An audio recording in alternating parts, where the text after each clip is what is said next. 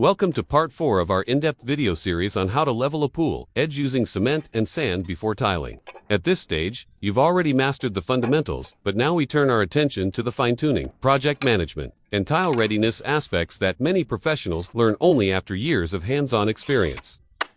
This section is packed with expert insights, error prevention strategies, and a complete transition plan from leveling to tiling, making it ideal for professionals and perfectionists alike.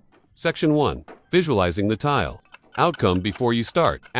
Great pool edge tiling starts with clear vision and forward planning. Before laying a single tile, it's critical to visualize the finished look and how the porcelain will align with pool coping, corners, and step edges. Plan for cuts and borders. Avoid small tile slivers that can break easily or look unbalanced. Use a mock-up dry layout of tiles over the leveled cement bed to evaluate spacing, symmetry, and alignment with waterline or decorative elements. Will show you how professionals use dry laying chalk lines and laser levels to preview the entire result before committing. Section 2. Building for the future. Thermal, expansion and movement. Even if your surface is perfectly level today, the real world introduces constant stress to outdoor tiling. We discuss how to embed movement joints in long pool runs using compressible foam or silicone inserts. Preventing thermal stress cracks by breaking up large areas into smaller tile fields. Dealing with substrate shifts, for example, if your pool deck is attached to soil or a slab by isolating tile sections.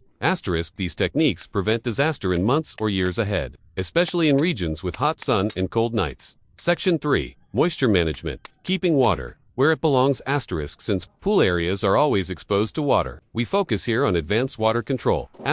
Applying capillary breaks between mortar bed and tile adhesive to prevent water wicking.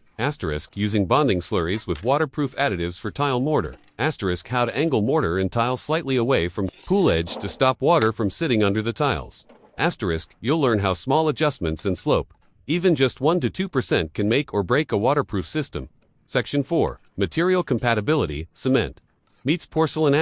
Porcelain is dense, smooth, and often large format, and it requires the right substrate for maximum adhesion. We dive into choosing the right tile adhesive to bond